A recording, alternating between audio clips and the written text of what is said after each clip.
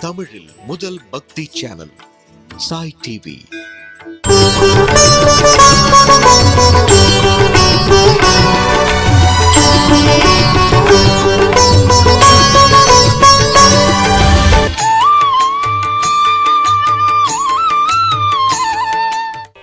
நூற்று சுவர்க்கம் புகுகின்ற அம்மனாய்,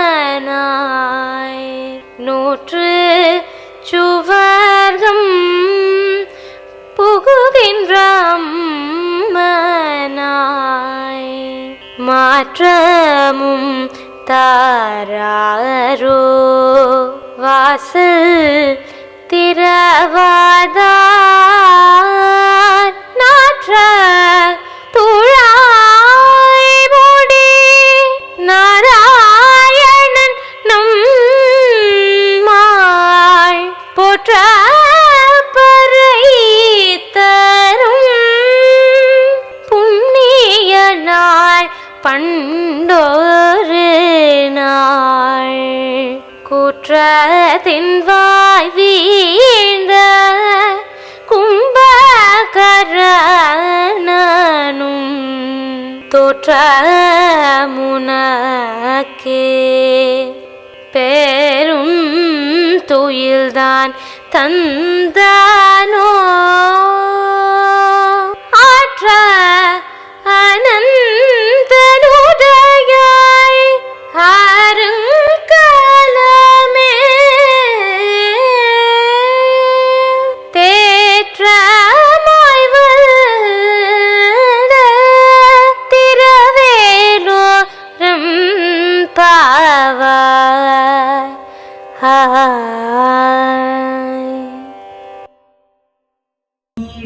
तुङ्गस्तनगिरितटी सुप्तमुद्बोध्य कृष्णं पारार्थ्यं स्वं श्रुतिशतशिरःसिद्धमध्यापयन्ती स्वोचिष्टायां स्रजिनिगलितं या बलात्कृत्य भुङ्क्ते, गोदा तस्यै नम इदमिदं भूय एवास्तु भूयः. அன்னவயல் புதுவையாண்டாள் அரங்கற்கு பன்னு திருப்பாவை பல்பதியம் இன்னிசையால் பாடிக் கொடுத்தாள் நற்பாமாலை பூமாலை சூடிக் கொடுத்தாளை சொல்லு. சூடிக் கொடுத்த சுடற்கொடியே தொல்பாவை பாடி அருளவல்ல பல்வளையாய், நாடி நீ வேங்கடவர்க்கு என்னை விதி என்ற இம்மாற்றம் நாங்கடவா வண்ணமே நல்கு. சாய் டிவி நேயர்கள் அனைவருக்கும் மார்கழி மாத இனிய காலை வணக்கங்கள். ஆண்டாள் திருவடிகளே சரணம். கோதையின் திருப்பாவை இந்த நிகழ்ச்சி மூலமாக இந்த மார்கழி மாதம் கோதையின் கீதை, கோதையின் திருப்பாவை இத வாசிக்க கத்துருக்கோம், வியாக்கியானமும் அனுபவிச்சுருக்கோம். 5 30 பாசுரங்கள் கொண்ட திருப்பாவை. அதுல இன்றைக்கு 10வது பாசுரம்.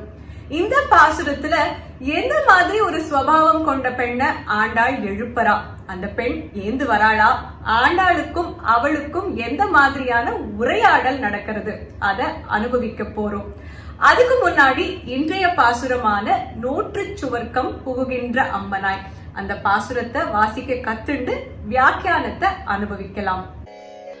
நூற்று சுவர்க்கம் புகுகின்ற அம்மனாய், நூற்று சுவர்க்கம் புகுகின்ற அம்மனாய், மாற்றமும் தாராரோ வாசல் திரவாதார், மாற்றமும் தாராரோ வாசல் திரவாதார், நாற்றத்துழாய் முடி நாராயணன் நம்மால். நாற்றத்துழாய் முடி நாராயணன் நம்மால். போற்றப்பறை தரும் புண்ணிய நாள் பண்டொரு நாள்.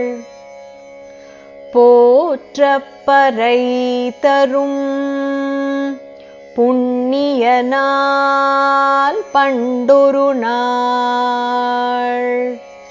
கூற்றத்தின் வாய் வீழ்ந்த கும்பகர்ணனும் கூற்றத்தின் வாய் வீழ்ந்த கும்பகர்ணனும் தோற்றும் உனக்கே பெருந்துயில்தான் தந்தானோ. தோற்றும் உனக்கே பெருந்துயில்தான் தந்தானோ. ஆற்ற அனந்தல் உடையாய் அருங்கலமே. ஆற்ற அனந்தலுடையாய் அருங்கலமே.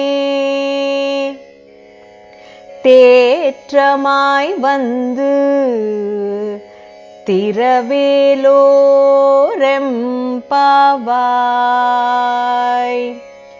தேற்றமாய் வந்து திரவேலோரெம்பாவாய்.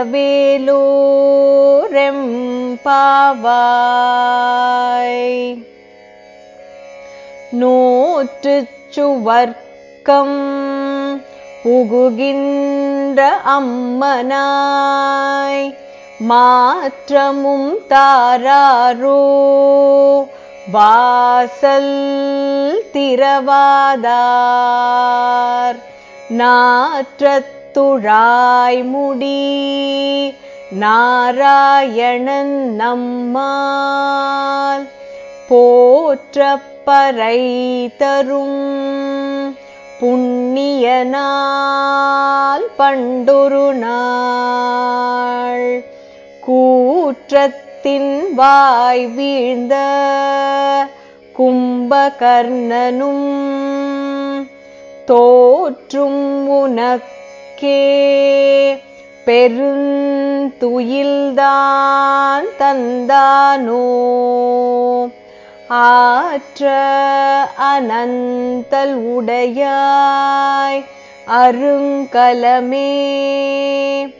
தேற்றமாய் வந்து திரவேலோரெம்பாவாய்.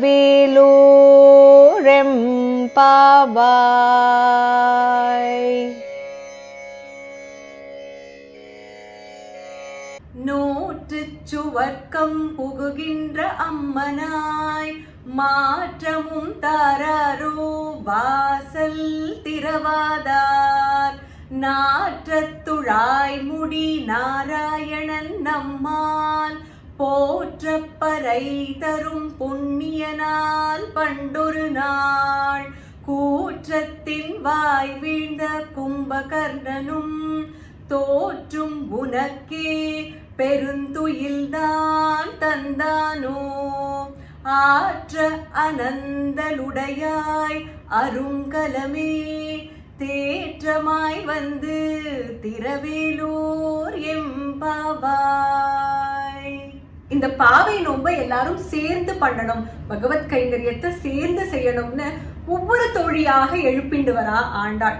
முதல்ல பிள்ளைத்தனம் மிகுந்த ஒரு பெண்ணை எழுப்புறா. அடுத்ததாக மிகுந்த தேஜஸ் உடையவள். மூன்றாவதாக கோதுகலமான பக்தியை உடையவள். நேற்றைக்கு நான்காவது பெண்ணாக உறக்கத்தையே ஒரு கலையாக கொண்டவள். அவ நிஜமாவே தூங்குறாளா இல்ல தூங்குறா மாதிரி நடிக்கிறாளான்னு தெரியல. இன்னைக்கு எழுப்பும் பெண் ஒரு வித்தியாசமானவள். அவளுக்கு நோம்போட விதிமுறை தெரியும், ஸ்ரத்தையான பக்தியும் உண்டு. கண்ணனை அடைந்த ஒரு பெண்ணை இன்னைக்கு ஆண்டாள் எழுப்புறா. சரி, நீ கண்ணனை அடைஞ்சாச்சு, கிருஷ்ணானுபவம் உனக்கு கிடைச்சாச்சு, இருந்தாலும் எங்களோட நோன்பு நோக்கவா, எங்களோட அந்த கண்ணனை பாடவான்னு கூப்பிடுறா. எப்படி கூப்பிடுறான்னு பார்க்கலாம். நோற்று சுவர்க்கம் புகுகின்ற அம்மனாய். நோற்று அப்படின்னா முறைப்படி நோன்பை நோற்பது. இரண்டாவது பாசுரத்துல எப்படி இதெல்லாம் செய்யணும், இதெல்லாம் செய்யக்கூடாது, தீக்குறளை பேசக்கூடாது, பகவான ஸ்மரிக்கணும், பகவான் நாமத்தை பாடணும், எதெல்லாம் செய்யக்கூடாதுன்னு பெரியவர்களும் சாஸ்திரங்களும் சொல்லியிருக்கோம், அதெல்லாம் செய்யாமல் இருக்கணும். இந்த மாதிரி நோம்போட விதிமுறைகளை நன்றாக அறிந்த ஒரு பெண். அந்த பெண் நோன்பு சரியாக நோத்து ஸ்ரத்தையான பக்தி பகவான் மேல, கிருஷ்ணர் மேல செலுத்தினதுனால அவளுக்கு ஸ்வர்க்கம். ஸ்வர்க்கம்ங்கிறது இங்க வைகுண்டத்தையோ இந்திரலோகத்தையோ குறிக்கிறது கிடையாது. ஸ்வர்க்கம்ங்கிறது கிருஷ்ணானுபவம். எப்பவும் கிருஷ்ணர் மேல பக்தி செலுத்துறது தான் ஆயர்குல பெண்களுக்கு ஒரு சந்தோஷம் தரும் விஷயம். அந்த கிருஷ்ணானுபவம் இவளுக்கு கிடைச்சுடுத்து. நோற்று சுவர்க்கம் புகுகின்ற அம்மனாய். அந்த கிருஷ்ணானுபவம்ங்கிறது உன் மனசுக்குள்ள வந்தாச்சு, உனக்கு இது கிடைச்சாச்சு. அப்படிப்பட்ட அம்மனாய், அப்படிப்பட்ட பெண்மணியே, மாற்றமும் தாராரோ வாசல் திறவாதார். நாங்க வெளியிலேந்து உன்னை கூப்பிட்டு இருக்கோம், எங்களோட நோன்பு நோக்கவா, எங்களோடையும் சேர்ந்துதான் கொஞ்சம் கிருஷ்ணரை வந்து பாடேன், உனக்கு மட்டும் அந்த அனுபவம் கிடைச்சா போருமா, எங்களுக்கெல்லாம் கிடைக்க வேண்டாமா? எங்களுக்கெல்லாம் கிடைக்கும் போது நாங்க கொஞ்சம் வித்தியாசமானவர்கள், நீ தனியாக கிருஷ்ண அனுபவம் வேணும்னு தனியாக இதை அனுபவிச்ச, நாங்க எப்படின்னாக்கா எல்லாருக்கும் சேர்ந்து கிடைக்கணும்னு விரும்புறோம். மாற்றமும் தாராரோ வாசல் திறவாதார். நீ வாயும் திறக்க மாட்டேங்கிற, வாசலையும் திறக்க மாட்டேங்கிற, கதவை இப்படி இழுத்து போட்டின்னு இருக்கியே, வாயையும் இழுத்து போட்டின்னு இருக்கியே, நாங்க வெளியில கூப்பிடும் போது வரேன் வரல அப்படின்னு பதில் சொல்லக்கூடாதா? பதில் சொல்ல வேண்டாம், வாசலையாவது வந்து திறக்க கூடாதா? அந்த உள்ளிருக்கும் பெண் கேக்குறா, அது எப்படி நீங்க சொல்றீங்க, எனக்கு கிருஷ்ணானுபவம் கிடைச்சிடுத்து, நான் வந்து ஸ்வர்க்கத்தை அனுபவிச்சுட்டேன் அப்படின்னு நீங்க எப்படி சொல்றீங்க அப்படின்னு கேக்குறா. அதுக்கு ஆண்டாள் பதில் சொல்றா, நாற்று துழாய்முடி நாராயணன். பெருமாளுக்கு பிரியமான விஷயங்கள்ல ரொம்ப ஒசந்ததாக சொல்லப்படுறது பத்திரமான துளசி. அந்த நாராயணன் தன்னோட திருவடியிலையும் திருமுடியிலையும் துளசியை தரிச்சுட்டு இருப்பார். கண்ணன் வந்துட்டு போனதுனால அந்த துளசியோட கந்தம் இன்னமும் உன்னோட ஆத்துல இருந்து வெளி வரைக்கும் வீசுறது. அதனால தான் நாங்க சொல்றோம், உனக்கு கிருஷ்ணானுபவம் கிடைச்சுடுத்து. தனித்துவம் வாய்ந்த நாராயணன் அப்படிங்கிற திருநாமத்தை ஆண்டாள் முதல் பாசுரத்துல நாராயணனே நமக்கு பறை தருவான். அப்புறம் 7வது பாசுரத்துல நாராயணன் மூர்த்தி கேசவனை பாடவும். இந்த பாசுரத்துல நாற்றத்துழாய்முடி நாராயணன். பொதுவாக சனாதன தர்மத்துல 3 முறை சொன்னான்னா அது பூரணமாகிறது அப்படின்னு சொல்லுவா. அத மனதுல கொண்டு அழகாக 3 முறை இந்த நாராயணன் அப்படிங்கிற நாமத்தை பிரயோகம் பண்ணிருக்கா. ஆண்டாள் சொன்னதுக்கு அந்த பெண் மறுபடியும் கேள்வி கேட்கிறா, எனக்கு தான் கிருஷ்ணானுபவம் கிடைச்சுடுத்துன்னு சொல்றேனே, அப்போ நான் எதுக்கு உங்களோட வரணும்னு கேக்குறா. நம்மால் போற்ற பறை தரும் புண்ணியனால், புண்ணிய வடிவமான அந்த பெருமாளை நாங்க போற்றி பாட போறோம். உனக்கு கிருஷ்ணானுபவம் கிடைச்சதெல்லாம் இருக்கட்டும், எங்களோட வந்தா இந்த அனுபவத்தையும் நீ பெறலாமே. புண்ணிய தீர்த்தன் அப்படின்னு பெருமாளுக்கு ஒரு பெயர் உண்டு. ஏன்னா பெருமாளோட திருவடியிலேருந்து தான் புண்ணிய நதியான கங்கை உருவாச்சு. அந்த தர்மத்தோட ஸ்வரூபமாக இந்த பரமாத்மா இருக்கிறதுனாலையும் அவனை பாடுறதுக்காக நீ வாயே. பெருமாளோட அவதாரங்கள் எடுத்துட்டோம்னாலே கிருஷ்ணம் தர்மம் சனாதனம் ராமோ விக்கிரகவான் தர்மக. தர்மத்தை நிலைநாட்டுறதுக்காக கிருஷ்ண பரமாத்மாவாக அவதாரித்து வந்தார் நம்ம பெருமாள். தர்மத்தின் ஸ்வரூபமாகவே இருந்தது ராமாவதாரத்துல. இப்படி மிகுந்த புண்ணியத்தன்மை வாய்ந்தவர் நம்ம பெருமாள். அவரை பாட போலாம், அந்த கண்ணனை பாட போலாம் வான்னு கூப்பிடுறா ஆண்டாள். அந்த பெண் இப்பவும் ஏந்து வரல. அதுக்கு ஆண்டாள் சொல்றா, பண்டொரு நாள் கூற்றத்தின் வாய் வீழ்த்த கும்பகர்ணனும் தோற்றும் உனக்கே பெருந்துயில்தான் தந்தானோ. திரேத யுகத்துல ராமனாக அவதாரம் பண்ண போது ராமனுக்கும் கும்பகர்ணனுக்கும் யுத்தம் நடந்தது. கும்பகர்ணன் ராவணனின் சகோதரன். யுத்தம் நடந்த போது கும்பகர்ணனை வீழ்த்தினார் ராமர். கூற்றத்தின் வாய் வீழ்ந்த கும்பகர்ணன், கூற்றன்னா யமன், ராமனிடம் தோற்று போன கும்பகர்ணன்.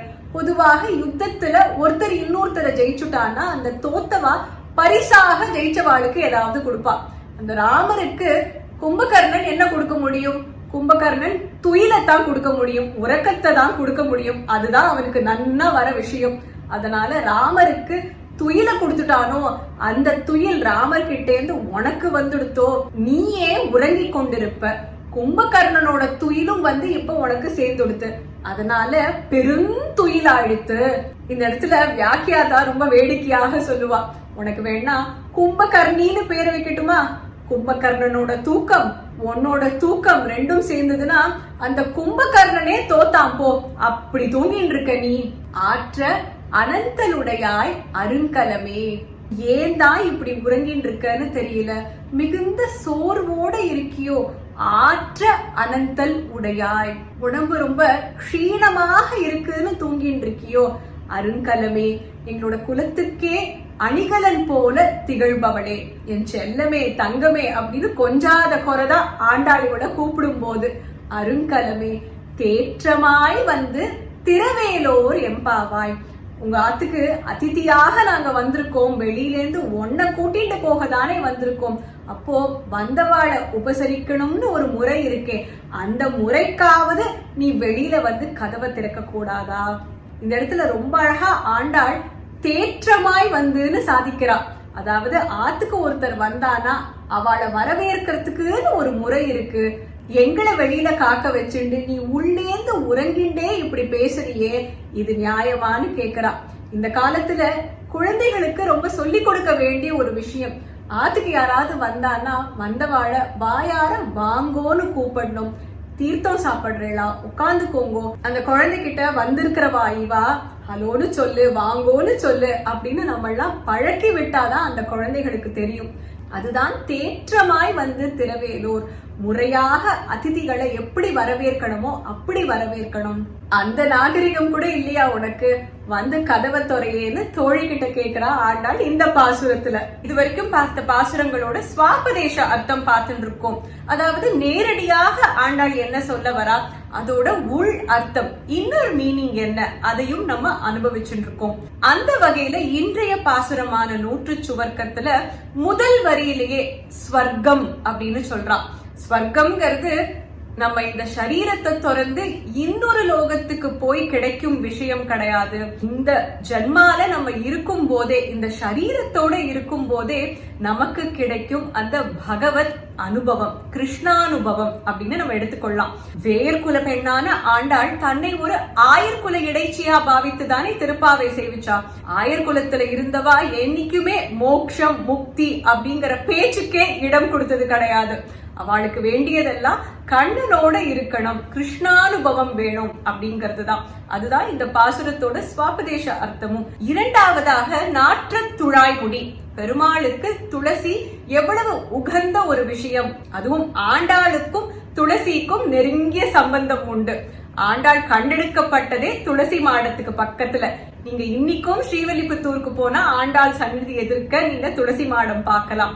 அதே மாதிரி அவள் சாத்திட்டு பெருமாளுக்கு கொடுத்த மாலை, பட்டபத்திர சாயிக்கு கொடுத்த மாலையும் துளசி மாலை தான். பெருமாளுக்கு ஒண்ணுமே பண்ண முடியல அப்படின்னு ஏங்கும் பக்தர்களுக்கு பெருமாளுக்கு சுலபமாக கொடுக்கும் ஒரு விஷயம் இருக்கே, பத்திரம் புஷ்பம் பலம் தோயம் அப்படின்னு சொல்ற பகவத்கீதையில. இந்த 4ல முதலாவதாக சொல்றது பத்திரம். எப்பவும் வரிசையாக ஒரு லிஸ்ட் சொன்னோம்னா அதுல ஃபர்ஸ்ட் என்ன இருக்கோ அதுக்கு தானே கிரேட்டஸ்ட் இம்பார்ட்டன்ஸ்.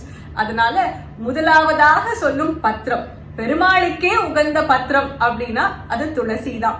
பெருமாளுக்கு துளசிய கண்டிப்பாக சமர்ப்பணம் பண்ணணும் அப்படிங்கிறது இரண்டாவது ஸ்வாபதேச அர்த்தம். இந்த இடத்துல துளசியோட மகிமையும் சொல்ல விரும்புறேன். சமுத்திர மந்தன், அதாவது பெருமாளோட கூர்மாவதாரம் போது பார்க்கடல் கடைந்து நிறைய உத்தமமான வஸ்துக்கள் வந்தது. அந்த வஸ்துக்கள் வந்த போது அமிர்தமும் கிடைச்சது. அமிர்தம் கிடைச்ச போது பெருமாளுக்கு ஆனந்த கண்ணீர் வந்துதான். அந்த ஆனந்த கண்ணீர்ல முதல் சொட்டு கீழே விழுந்து அதிலேந்து முளைத்த செடிதான் துளசி. துளசி பெருமாளோட பத்தினி அப்படிங்கிற புராண கதையும் உண்டு. இன்னைக்கு ஆர்கானிக் டெரஸ் கார்டனிங்னு நிறைய பேர் ஆத்துல பலவிதமான செடிகள் வளர்க்கிறோம். அதுல கண்டிப்பாக ஒரு துளசி செடியாவது நம்ம வளர்க்கணும். துளசி மாதாவுக்கு எப்பெல்லாம் முடியறதோ, அதுவும் முக்கியமாக வெள்ளிக்கிழமை பூஜை பண்ணணும். பெருமாளுக்கு எப்ப நைவேத்தியம் பண்ணினாலும் ஒரு துளசி பத்திரமாவது சேர்த்து பண்ணணும். இந்த பாசுரத்தை ஆண்டாள் தொடங்கும் போதே நோற்று சுவர்க்கம் அப்படின்னு சொல்றா. அதாவது முறைப்படி நோன்பு நோத்தோம்னா, பகவானுக்கு கைங்கரியம் பண்ணினோம்னா, பக்தி செலுத்தினோம்னா ஸ்வர்க்கத்தை நம்ம அனுபவிக்கலாம், இந்த லோகத்திலேயே அனுபவிக்கலாம் கிருஷ்ணானுபவமாக அப்படின்னு சொல்றான்.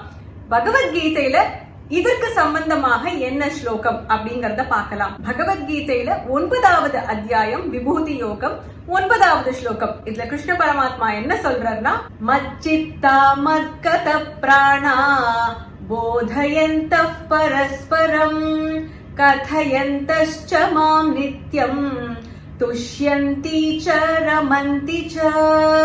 எந்த பக்தன் தன்னிடத்துல ஒருமுகமாக பக்தி செலுத்தி சரணாகதி பண்றானோ அவனுக்கு எப்பவுமே வாழ்க்கையில திருப்தி தான், பேரானந்தம். அவளுக்கு எதுனா, அதாவது இந்த மாதிரி பக்தர்களுக்கு எதுனா, இன்னொரு பக்தன் கிட்ட தன்னை பத்தி பேசுறது, தன்னோட புகழ சொல்றது. அததான் ஆண்டாள் இந்த பாசுரத்துல சொல்றா. நோற்று சுவர்க்கம், ஒருமுகமாக மனதை செலுத்தி முறைப்படி அந்த நோம்ப நோத்தா கிருஷ்ணானுபவத்தை பெறலாம். ஆண்டாளுக்கும் இந்த பெண்ணுக்கும் நடக்கும் உரையாடல் என்ன? அந்த கண்ணனை பத்தி. அந்த கண்ணனை பத்தி பேசுறதே இவாளுக்கு பேரானந்தம், வாழ்க்கையில திருப்தி. இந்த முக்கியமான ஸ்லோகத்தோட சாரத்தை இந்த 10வது பாசுரத்துல நம்ம பார்க்கலாம்.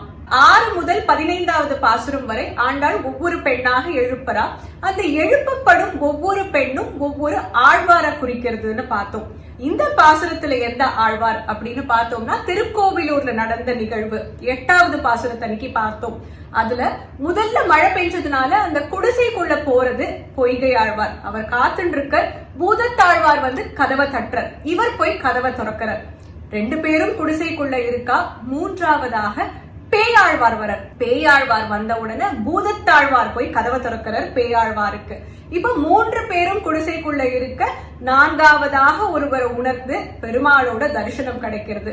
இந்த 3 பேர்ல வாசக்கதவை திறக்காதவர் யார்? 3வதாக வந்த ஆழ்வாரான பேயாழ்வார். இந்த பாசுரத்துல 2வது வரியில மாற்றமும் தாராரோ வாசல் திறவாதார் அப்படின்னு வரதுனால இந்த பாசுரத்துல ஆண்டாள் எழுப்பும் ஆழ்வார் பேயாழ்வார். பேயாழ்வார் சென்னையில மயிலாப்பூர்ல இருக்கும் ஆதிகேசவ பெருமாள் கோவில், அந்த கோவில்ல இருக்கும் தடாகத்துல ஒரு மலர்ல கண்டெடுக்கப்பட்டதாக சொல்லப்படுறது.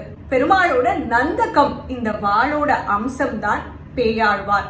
பிறந்ததுல இருந்தே பெருமாள் மேல பித்து பிடிச்சா மாதிரியான ஒரு பக்தி.